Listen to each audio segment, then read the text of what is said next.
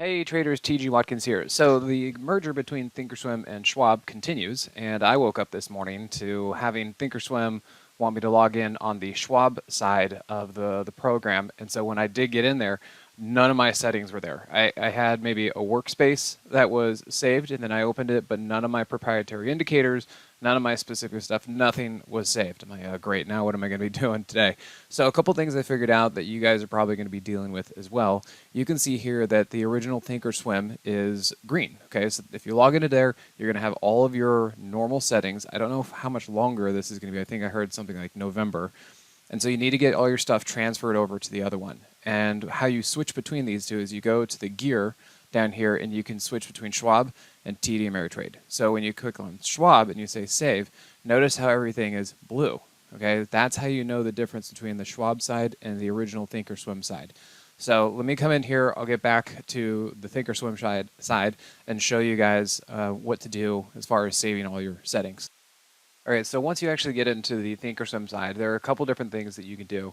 Number one, you come over here and actually over on this one, and you need to save your grids if you haven't done that, but you can also share them. So you're going to want to say share grid for whatever the ones that you want to. You can go here, search it this way, or you can go and make it active and then share it. And once you do that, you're going to get a hyperlink. I would probably just put that on Notepad or Word or something and just give yourself a bunch of them. And then when you open up the other one, you'll have to be loading this. So you can do the grid. You come over here, you can do style. So you want to save your style, and that's, you're just going to want to do that for each particular something. And then also when you get into here on your studies, you're going to want to do your study sets, save them, and then share them, edit stuff, all that kind of stuff, and how you get out there. And then on your main page, back where your account information is and all that kind of stuff, you can say over here, I'll bring it up here for a second, you can say setup, and you have these workspaces. So these are the workspaces that you can then share to yourself and get those hyperlinks, and then that's what you're going to do.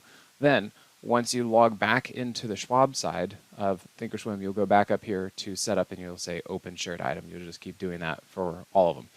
So yeah, it's going to be some work. It's not the most fun thing, but this is what we're going to have to be doing over the next few days. So see if you can carve out maybe an hour or two in the next few weeks and get this done before they close it down on you. All right, guys? Thanks, and just wanted to pass it along for you. Hey, TG here with Simpler Trading. Thanks for watching. If you enjoyed this video, be sure to leave a like or comment below.